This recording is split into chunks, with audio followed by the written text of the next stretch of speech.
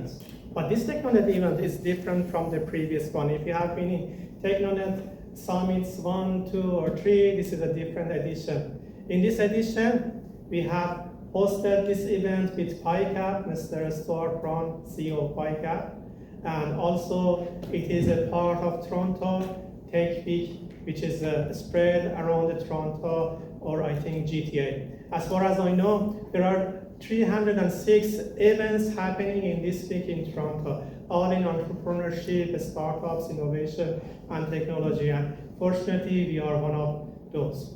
Thanks for joining us.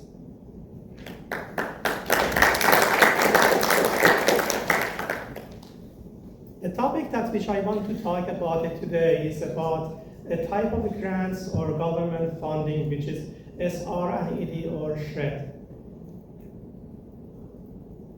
But before I start, let's talk about Innovate. What is SIRE and what we do at SIRE? So at SIRE, as I said in TechnoNet Summit 3, we have a new activity. This activity is called Innovation.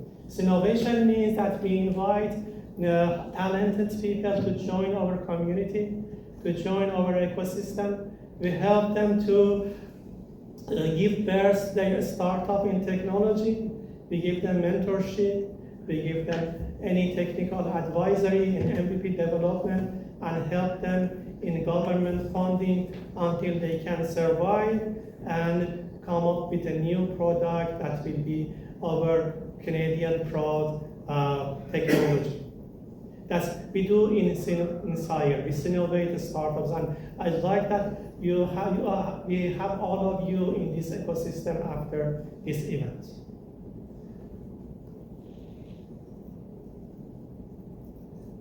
So as I told you, we help early stage startups. Over the last 2 years that we have found SIRE, so we have helped more than 20 new startups. We have helped them in fundraising, and we were successful in raising around $1 million for around 20 startups. That was very satisfactory for them, very motivating and incentive for them to keep working on their products. And now I'm going to share with you what is the fundraising policy and strategy we are using in our ecosystem. Okay, so we are going to talk about SR&ED or SR&ED. SR&ED means scientific research and experimental development. This is a tax incentive that you pay tax to government, and the government have a budget for your research. And this budget comes to SR&ED.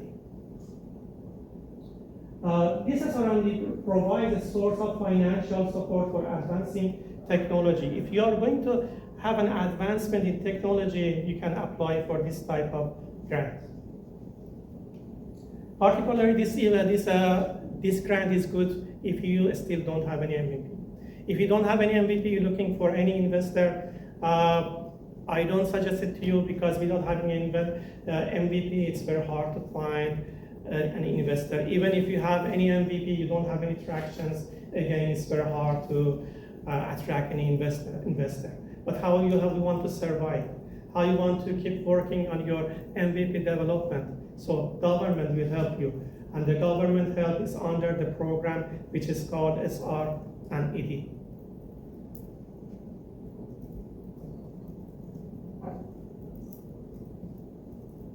Okay. In 2022, according to a statistic that we have, $3 billion have been invested in credits provided every year. And 60,000 R&D projects have been working in 2022. 20,000 claims have been received by SIRE, and 6,000 plus in-person interaction with claimants. And the 30% of claims are selected for review. 90% of claims have been successful. So you see that, so application for SR&ED has higher rate of success if you know that how your project has to fit with the definition of SR&ED. If you know the definition of SR&ED, you can fit your project definition with whatever they ask you your success rate will be very high. Totally, SR&ED gives you two types of credits. So these two types of credits or tax incentives are non-refundable and refundable. Refundable means the tax credit which is given to you and refunded to you, and you don't have to return it to the CRA. Non-refundable means that the money is not given to you, but this is a tax credit for you. In the following years, you can use this tax credit to lower your tax rates. According to the CRA, so in refundable credit which is given by Federal of Canada, for the companies either 15% or 35% of your qualified SR&ED expenditures. You may ask, what is qualified SR&ED expenditures? I'm going to define what covers in qualified SR&ED expenditure today. But you remember, we have two rates, 35% or 15%. Why? Because we have two types of companies. If you incorporate this company as a Canadian controlled private corporations, so you will be eligible to get 35% rate. If you don't have a company, you apply for the SR&ED as a person, individual person, or as a sole company, then you will be eligible for 15%. Okay? Okay, so the basic eligibility criteria for businesses is that it's carrying on a business in Canada. So if your business is outside of Canada, it's not eligible for this application. Your business has to be in Canada. So it has to be related to your business. So expenditures are incurred. So in SR&ED application, if your project which you are applying for it fits in the definition of technology advancement and innovation, then the amount refunded to you or non-refunded as a credit to you, then it will be based on your expenditures. SR&ED activities connected in Canada by or for you. So these expenditures can be expended directly by you, or it can be, the project can be done directly by you, or can be outsourced to another company. So you have to file a complete claim by the reporting deadline. There is no deadline. The deadline for application is your fiscal year. Whenever is your fiscal year or corporation, you can apply it even you have 18 months time to apply for the SR&ED application after your fiscal year. Okay, qualified and non-qualified projects. What projects are qualified in SR&ED application? The projects which are in basic research, in applied research, in experimental development are qualified, and for implementation of any types of these projects, you know that you need some support work, engineering, design, something like that. They are applicable. And the work which is not qualified for SR&ED is sales, marketing, market research, site change, and etc. Okay, the types of support work which is eligible for SR&ED application is engineering, your design, operation research, mathematical analysis, computer programming, data collection, and even psychological research. And the excluded work is market research. So if you do one market research, or you have a sales activity, it's not included in SR&ED. Quality control is not included. Research in the social science, not included. Okay? Commercial production of a new or improved material device is not included. So if you have developed your MVP and you want to commercialize it, you have to use the other grants, which is supported by government like NRC, IRAP, or any other types of the grants. So if you have already commercialized your project and you have had any revenues, then you can apply for some other things. Now, routine data collection is another thing which is excluded in this definition. ITC investment tax credit calculation, as I told you, it's based on 15% or 35% of your qualified SR&ED expenditures. If 15% is for incorporated companies, non-incorporation companies, 35 is for corporated companies or for corporation companies. ITC reduces current year income. The other part of the ITC is then non-refundable part, which reduces your current income tax year. And unused ITC balance may be carried back up to 3 tax years or carried forward for up to 20 years. You don't have to ask the government that I want you to refund me all the ITC. You can keep some part of it or all of it. And you will say the government, no, you are supposed to pay me $50,000, I want just $10,000, keep $40,000. And in the next 20 years, I want to use it, okay? Okay, so let's see how the calculation is done. As I told you, the SR&ED calculation is based on 35% or 50% of SR&ED qualified expenditures. But before we define what is qualified expenditures, let's have a look on the allowable expenditures. What you are allowed to use in your project, and it is covered in the SR&ED expenditures. So it is called SR&ED allowable expenditures. This allowable expenditure includes the salaries. The salaries which you pay to the owners of the company, the salary you pay to your employee. Or even the salary is not paid in the fiscal year. During the fiscal year, you have time to pay the salary until 180 days after your fiscal year. Okay. The materials which you use, but not any materials, the material which you use as a consumed material or transformed material. We will define all of these things in other slides. Arms contract, we have 2 types of contracts. So non-arm's length contract and arm's length contract, but SR&ED only calculates the arm's length contract, not non-arm's length contract.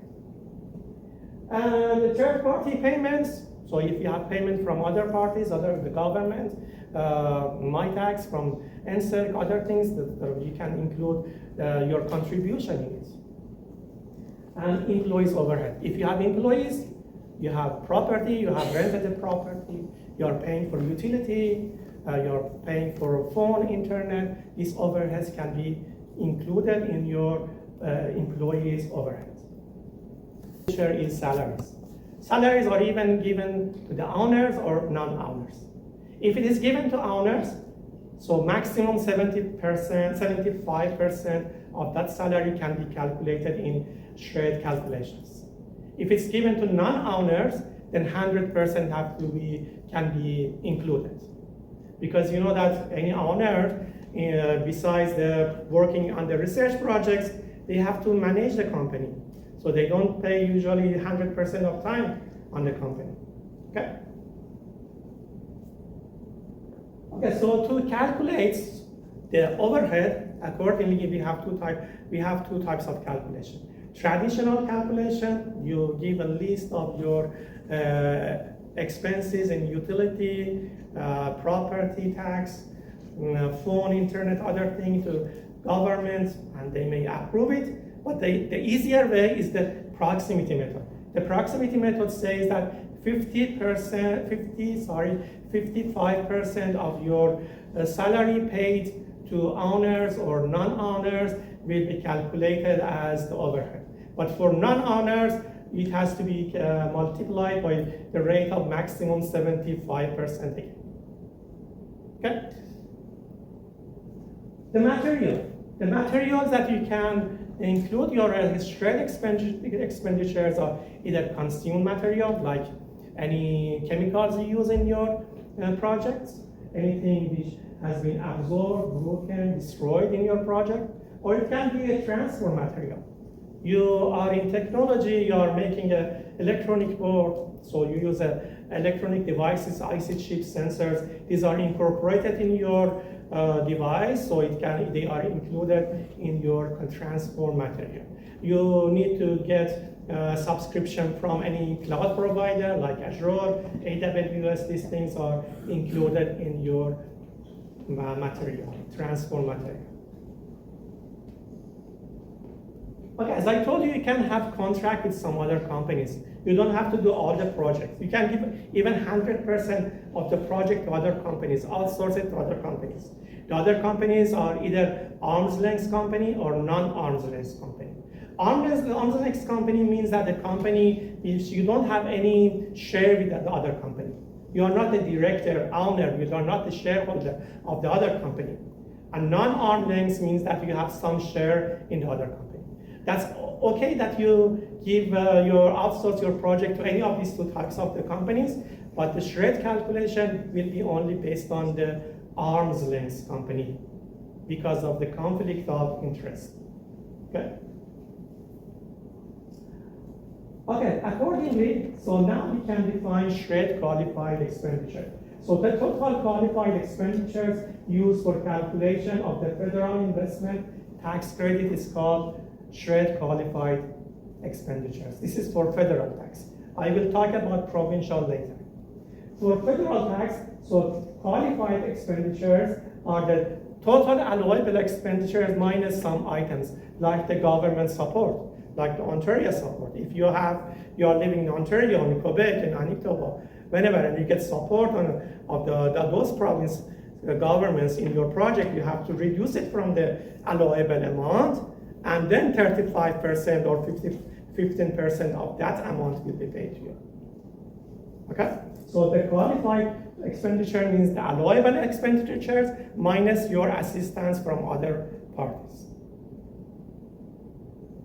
Okay, so if you want to do calculations, so shred expenditure, qualified shred expenditure formula is shred allowable expenditures plus proximity amount. Proximity amount was the overhead, which as told you is 55% of the payments to the employee, minus the non-arm's length shred contracts. That's why I told you if you have non-arm's length contract, it's not included in your expenditures because we have a minus here.